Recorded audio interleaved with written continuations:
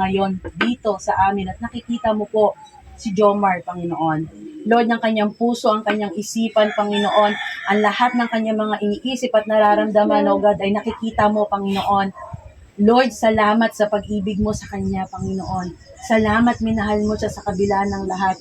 Lord, dalangin namin sa oras na ito, alam namin na hindi aksidente na ikaw ay kanyang nakilala, narinig niya ang inyong dakilang pag-ibig sa kanya, narinig niya, Panginoon, pagmamahal mo sa kanya, kung gaano mo siya kamahal, Panginoon, narinig niya, Panginoon, magandang balita, Panginoon, na sa kabila ng lahat ng kanyang kasalanan, kaya mo siyang patawarin, Panginoon, at gagawin ng inyong nais. Lord, I pray sa kanyang buhay na patuloy ka pa pong magpakilala, Panginoon. Magkaroon po siya ng kauhawan, Panginoon, na ikaw ay patuloy na makilala at magkaroon pa po ng malalim na relasyon sa inyo, Panginoon. O God, dalangin ko na patuloy, Panginoon, na magkaroon siya ng kauhawan, na makadalo sa mga pagsamba sa inyo, O God. Hanapin kanya, Panginoon, saliksikin kanya, Panginoon, kausapin kanya, Panginoon, at dalangin ko, Lord God, na magpakahayag ka sa buhay ni Brother Jomar, Panginoon. Lord, salamat sa kanyang buhay.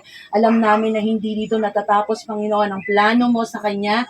Alam ko, Panginoon, na mula sa oras na ito, siya po ay patuloy mo pong pangungunahan ng kanyang isipan, ng kanyang puso, O God. At dalangin ko, Panginoon, na patuloy kang maghari sa kanyang buhay. Salamat sa kanyang buhay, sa bagong kaluluwa, Panginoon, na tumanggap sa inyo, Panginoon, bilang Panginoon at tagapagligtas. Lord, I speak your blessing and your protection sa kanyang buhay, Panginoon. Patuloy ka pong mangusap sa kanya sa pangalan ni Jesus.